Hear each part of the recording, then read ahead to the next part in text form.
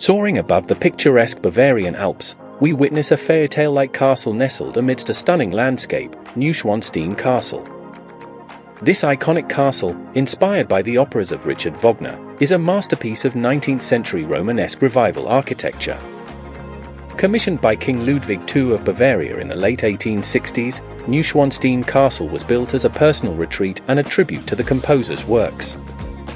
Its construction was a massive undertaking, involving skilled craftsmen and advanced engineering techniques for its time. Today, Neuschwanstein Castle is one of the most popular tourist attractions in Germany, drawing millions of visitors each year.